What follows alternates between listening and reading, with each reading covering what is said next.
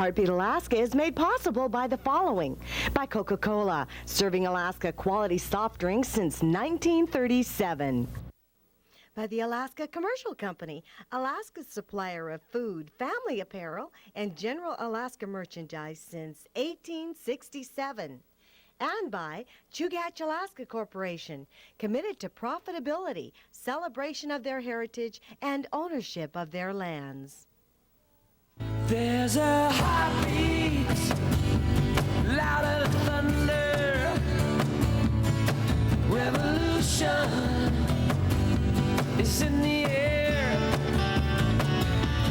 There's a heartbeat deep inside our mother. Are you too cool to care? Hello and welcome to Heartbeat Alaska. I'm Jeannie Green, bringing you native news from across the north. Thank you so much for joining me. On today's program, we travel down to Sitka, Alaska, where the blueberries are ripe. By the way, hello to all the public broadcasting station managers across America who are previewing us with this program. We're so glad to have you with us. We'll have the National Powwow Directory. Also, Gary Fife with native news across the nation. Here he is right now. This is Native News Across the Nation. I'm Gary Fife. Legislation has been moving on Capitol Hill that could spell an economic boost for tribes that live near U.S. national parks. A National Park Service bill in the House has been amended to allow the Secretary of Interior to choose whether or not to award local natives and native businesses contracts with the parks. Representative Tim Johnson of South Dakota offered the amendment to raise the numbers of native employees at the Park Service and make sure that the agency starts some initiatives towards doing business with native contractors. The Sac and Fox Tribe of Oklahoma continues its stand against placement of nuclear waste storage sites on tribal lands. Now they've declared their lands to be a nuclear-free zone, and they've got the highway signs to tell the world. Native activist Grace Thorpe, daughter of famed Native Olympic legend Jim Thorpe, led that fight, and she presented the tribe with 2 highway signs declaring their lands to be nuclear-free zones. The event was in honor of the tribe's commitment in becoming the first tribe in the nation to return a $100,000 grant to the U.S. Department of Energy for the study of a monitored retrievable storage site, an MRS. Tribes that were native to the Ohio region are leading the way to build a monument to Native Americans on New York City's Ellis Island, famed for greeting immigrants to these shores.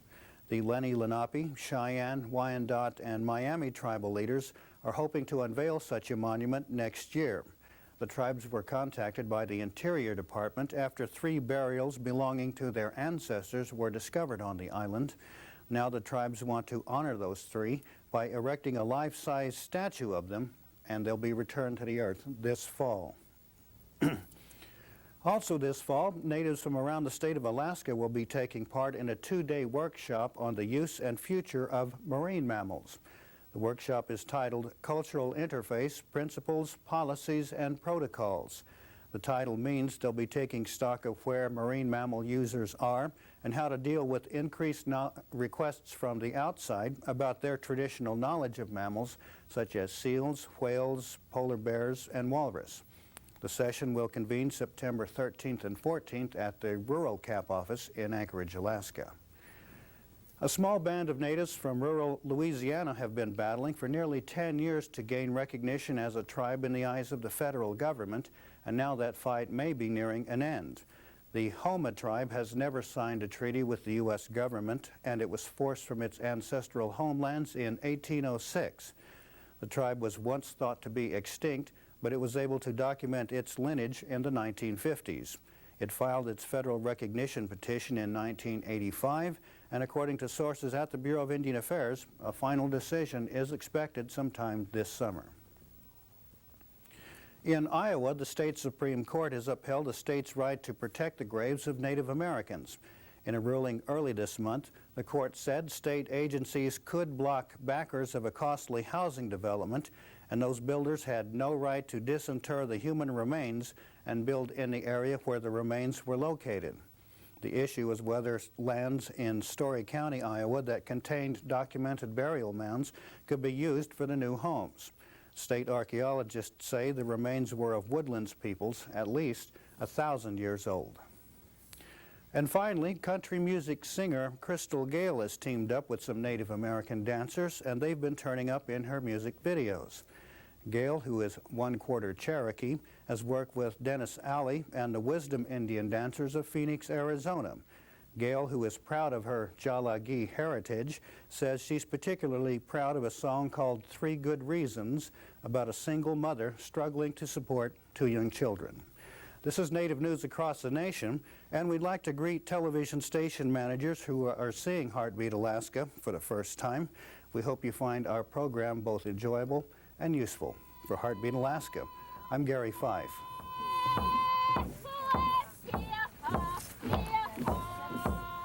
Thank you, Gary. We'll be back with Gary once again right after these messages, and he'll bring you the National Powwow Directory. So if you're planning to travel outside or to Canada, make sure you get your pencil and paper and write these down. See you in a minute. Revolution is in the air. There's a heartbeat deep inside. Hi, I'm Anna Lou Levinson from Dillingham, Alaska, and we stopped by to say hi to Jeannie and to tell her we watch Heartbeat Alaska. And I'm Steve Levinson from Dillingham, and I'm also stopped by. I enjoy watching the show, and I'm glad to see someone covering the bush and my friends in the Russian Far East in Chukotka.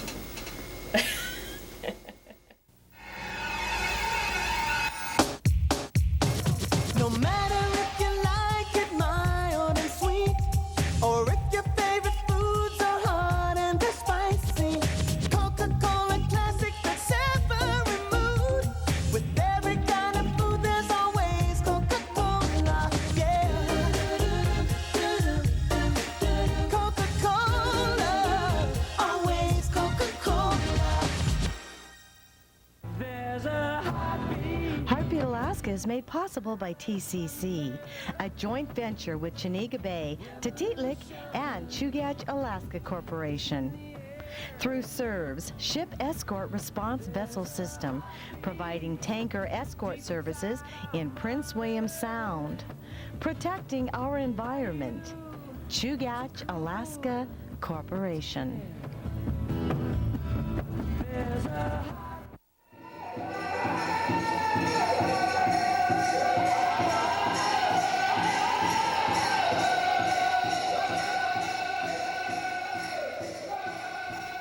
With the coming of fall, it means that most of our powwow season is now behind us, but it doesn't mean it's over. There are lots of good ones still out there. So let's begin with our powwow directory from News from Indian Country, and let's start in Canada. The 20th Moravian Powwow is coming up September 3rd and 4th on Highgate Road. That's the Moravian Reserve in Ontario. Moving to the United States, let's go to Oklahoma. My part of the country here. The Choctaw Nation Labor Day Festival is coming up September 2nd through the 5th in Tuscaloosa, Oklahoma. Sure would be nice to be home for that one. In Minnesota, the Wigitchi Nimi Edom is coming up September 2nd through the 4th. That's at the Leech Lake Memorial Grounds in Cass Lake, Minnesota. The Klahawa Days is coming up September 2nd through the 4th at the Tulalip Tribal Grounds. That's in Marysville, Washington, for our Northwestern listeners and viewers. The 26th American Indian Movement Powwow is coming up September 3rd through the 5th at Fort Snelling Park in Fort Snelling, Minnesota, near the Twin Cities. Potawatomi Trails is coming up September 3rd through the 4th in Zion, Illinois at Shylock Park. For our friends on the West Coast, Hawk Flight is September 10th through 11th. That's the mountains west of Paris, California.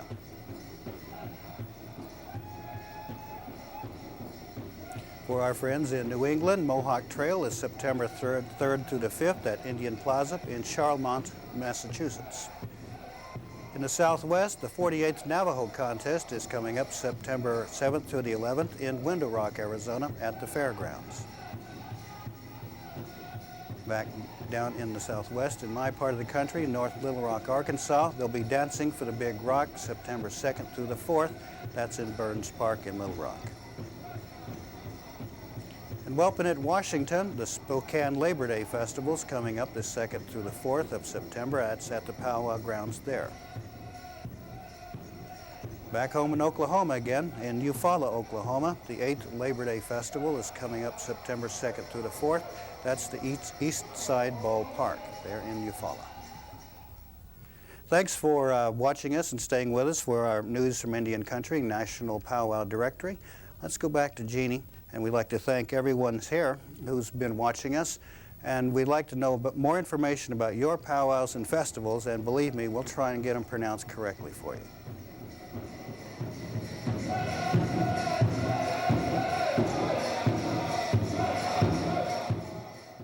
Thank you, Gary Fife, for the National Powwow Directory. Remember, if you happen to be heading in that area, get your camcorder out and get video for us here at Heartbeat. We'd really appreciate that.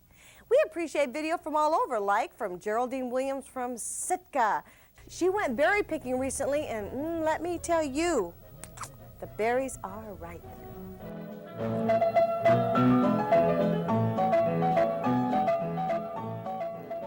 It's berry picking time all over the state.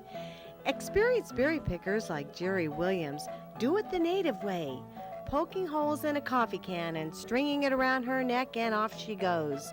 2 hands free to reach and pick the huckleberries and blueberries surrounding her home in Sitka.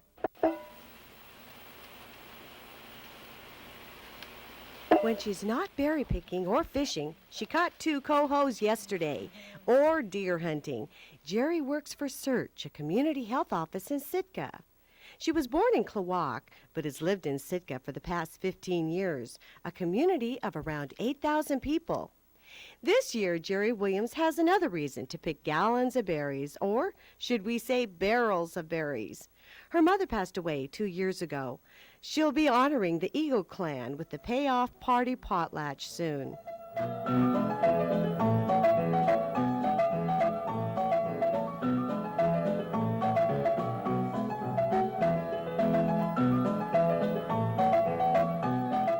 Not all berries are put up for later. There's nothing quite like fresh berry dessert. I asked Jerry to bake something. She made blueberry cobbler from scratch, of course.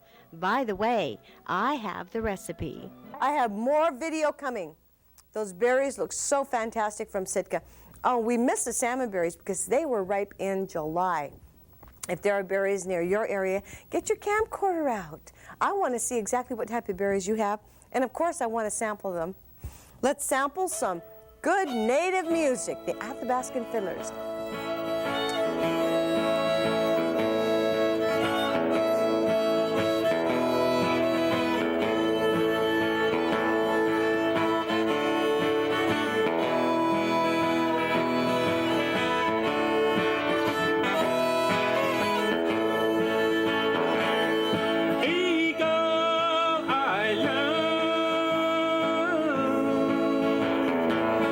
Let your knees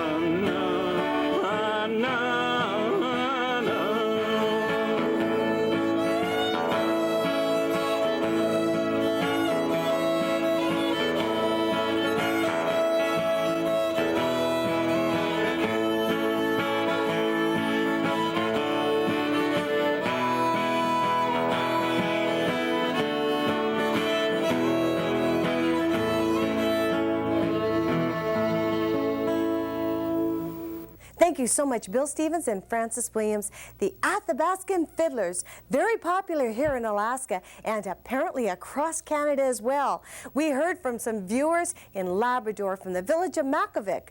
They specially requested the Athabascan Fiddlers. And also we heard from good viewers out of British Columbia, Vancouver to be exact. Thank you so much for your calls, letters, and I appreciate your comments on the show. Speaking of Athabascans, let's travel now to interior Alaska, to a village called Arctic Village for a pre-produced segment entitled The Caribou People.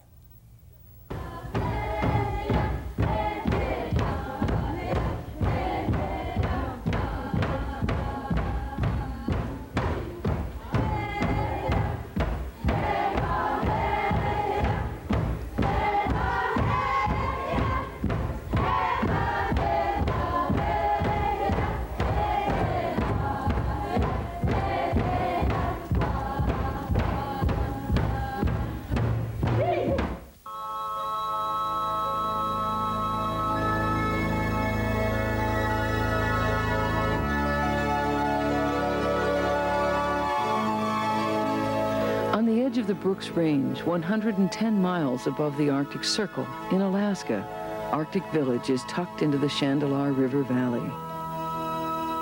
The 140 people who live here are Athabascan Indians, the Gwich'in. Arctic Village is the northernmost Indian village in the world and one of the last to be touched by Western culture. It is a place where people still live a simple and peaceful life in harmony with nature.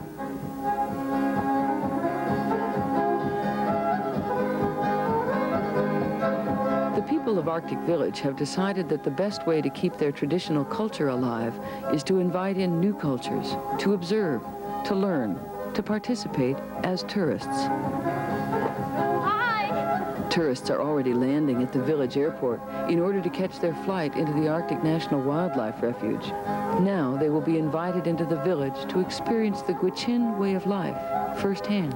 Many years ago when I was a kid, the way that we hunt and the way we fish and dry meat and dry fish for the winter, we're still doing that, and moccasins from the caribou skins and all that stuff.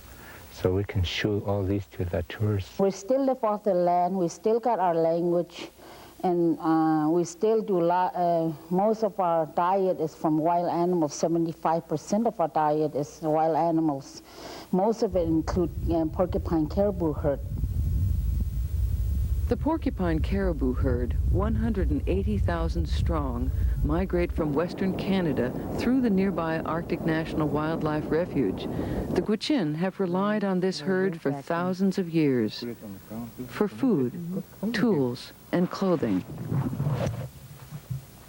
There's connection with the people, because people still live off the land, and protecting the land. In return, they'll take care of us, and that's what's going on in the Gwich'in country. Most of the people in Arctic Village still have a subsistence way of life. They still hunt and fish for their food, but their need for cash has increased with their use of motorized boats, snowmobiles, and four-wheelers. There are no roads into the village, but they have television now and well-stocked grocery stores and daily flights to Fairbanks.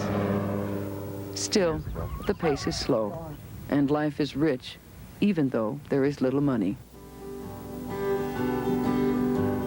I believe in the Father. I believe in the Son. And I believe in the Holy Ghost. Our people has a very strong faith. How strong you believe is a very strong part of your survival.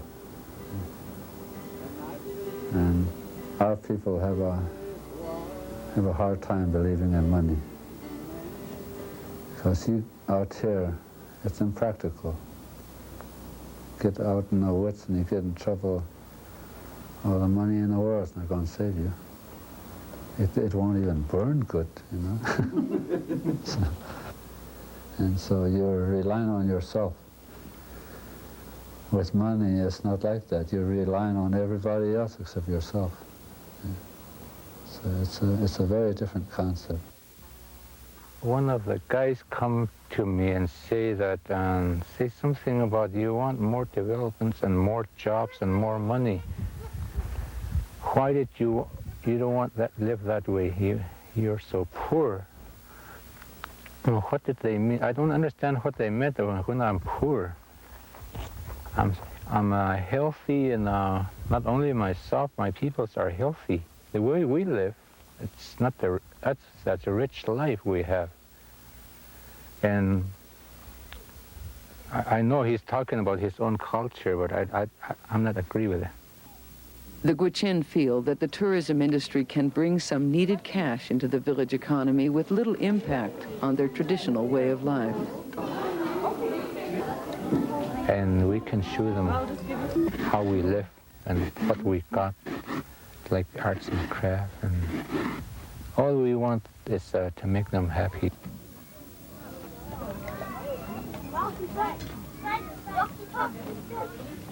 The people here are known for their hospitality. That when people, it's a pride of the people. It always has been. That when people come to visit them, they go out of their way to make them feel at home and to entertain and feed them.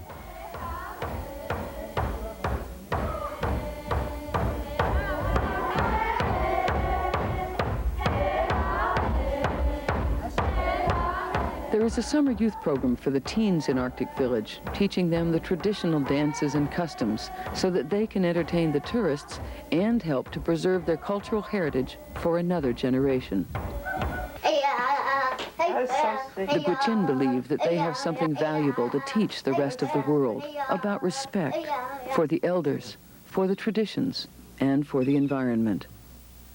They still try to live, our elder used to live, strong cultures. They taught me so many things and taught to me how to live good lives and stuff like that. And about that world too, small world. And they telling us about the land out there and resource. They always tell us about not to shoot that animal you don't need, and not to catch a fish you don't need. And if you do that, and you just try to fight against the natures. Our people never put themselves above any animals or plants. We are just part of the whole cycle, the whole situation. And so what happens to the woods, to the animals, pretty much dictates what happens to us. And us Indian people, we protect the environment, and in order to take care of us, and that's the education we want to share, and we think it's important to the world.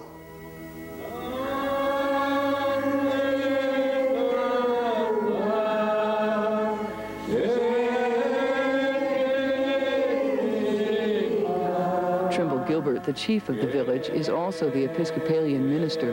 His church services are in Gwich'in. It is part of the effort to teach the children their native language.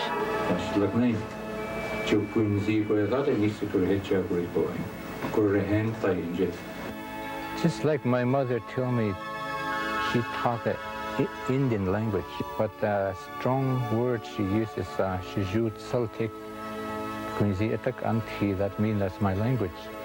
Son, take care of yourself out there. And no matter where I travel, I still remember it. Get deep into my heart. And travelers into Arctic Village will surely remember the Gwich'in deep into their hearts. They enjoy seeing the scenery. And they told us about it. And all the animals they see, and fish, and all that good water they drink. And, you know, this is a small planet we live on now, and because the population is increasing. So we just try to save that small area up there for the futures, not only for the native people, but the non-native, you know, to enjoy that, to see those country up there. And those kind of people we want to make them happy.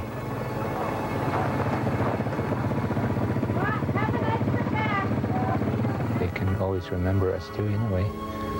Friendship, you know.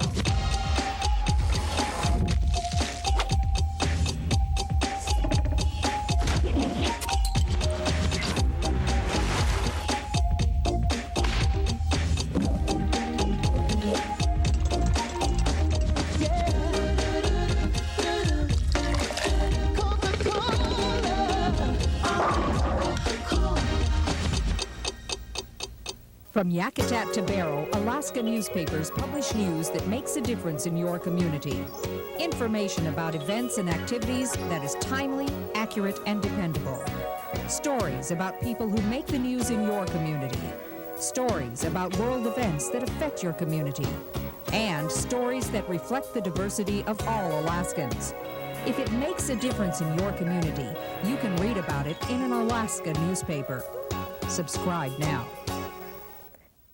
Thank you so much for joining me on another Heartbeat Alaska. I'm Jeannie Green. Make sure to get me video from your village or community. And if you're watching outside the state of Alaska, please do like our residents do. Give me a call at area code 907-272-8111, and I'll do my best to get your video on the air. Once again, I'm Jeannie Green. Thanks so much for joining me, and I'll see you next week.